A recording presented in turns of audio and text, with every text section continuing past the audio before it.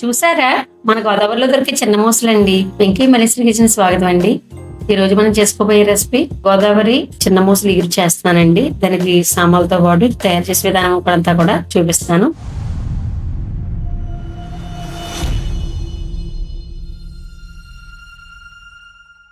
చిన్న మూసను తీసుకుని కేజీ తెచ్చారండి. చక్కగా క్లీన్ చేసుకుని పులుసు అంతా కూడా ఉప్పు పసుపు పెట్టి శుభ్రంగా కడుక్కున్నానండి. మిక్సీ జార్ తీసుకుని 3 మీడియం సైజు ఉల్లిపాయలు చిన్న ముక్కలుగా కట్ చేసి ఉల్లిపాయలు మిక్సీ పెట్టానండి.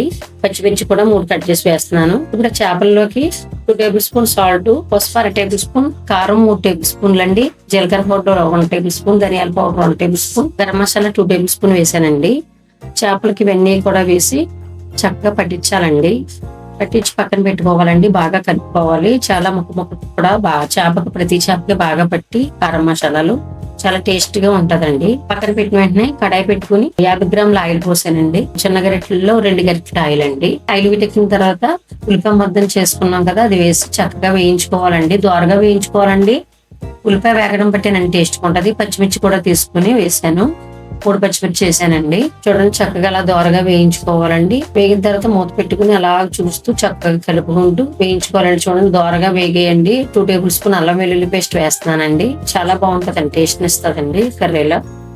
దాంతో పాటు అల్లం వెల్లుల్లి పేస్ట్ కూడా వేసుకుని ఇప్పుడు చేపలను వేసుకుంటున్నానండి. చేపలు చూసారా ఎంత చక్కగా కారం అన్ని ముందుగా కలిపి ఉంచుకోవడం వల్ల కారం సాల్ట్ అన్ని కూడా అబ్జర్వ్ చేసేయండి చేపలు. ఇప్పుడు కొంచెం మగ్గించుకోవాలండి. గరిటెతో అవి కలపకూడదండి, విడిపోతాయండి చేపలు. చేపల కూర ఎప్పుడైనా సరే కడాయిని కదిలిస్తూ కొంచెం మిక్స్ చేసుకోవాలండి. అంతేగాని గరిటె పెట్టకూడదండి, విడిపోతాయండి. ఇటువంటి చేపలన్నీ విడిపోతాయండి.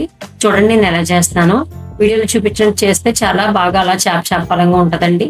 మూత పెట్టానండి. కాసేపు ఒక 5 నిమిషాలు మూత పెట్టుకుంటే మగ్గిందండి బాగానే. కారం నూనె అన్ని కూడా అబ్జర్వ్ చేసింది. చూసారా ఎంత బాగా చక్కగా తయారవుతుందో. మన చేతుల్లోనే మగ్గిపోతుందండి. ఒక గ్లాస్ వాటర్ తీసుకుని వేసానండి దాంట్లోని.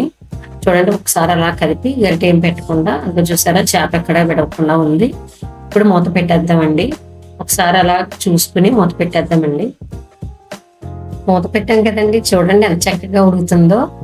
చూడండి నీరు కూడా లాగింది పైకి. ఇదిగోండి ఆయిల్ లైట్ గా తేలుతుంది. ఆయిల్ కూడా ఎక్కువ వేయలేదండి, సమానంగానే వేసాను. చూడండి గుజ్జు గుజ్జుగా తయారవుతుంది. అలా తయారైన తర్వాత మాత్రమే కొంచెం కొత్తిమీర కట్ చేసుకుని కలుపుకోవాలండి. పైన టేస్ట్ గా ఉంటది. చేపల కూరకి ఎప్పుడు కొత్తిమీర వేస్తే చాలా బాగుంటదండి. చూసారా చేపలంగా ఎంత బాగుందో.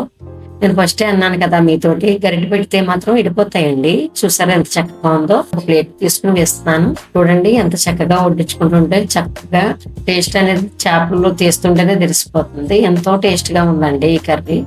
ఎప్పుడు ఇలాగే వండుతూ ఉంటానండి నేను ప్రతి కూర కూడా. వీడియో నచ్చినట్టయితే లైక్ చేయండి, షేర్ చేయండి, సబ్స్క్రైబ్ చేయండి. చూస్తున్నారు కానీ సబ్స్క్రైబ్ చేయట్లేదండి మన ఛానల్ ని. సబ్స్క్రైబ్ చేసుకుంటే నేను ప్రతి వీడియో కూడా మీకు నోటిఫికేషన్ రూపంలో వస్తుందండి.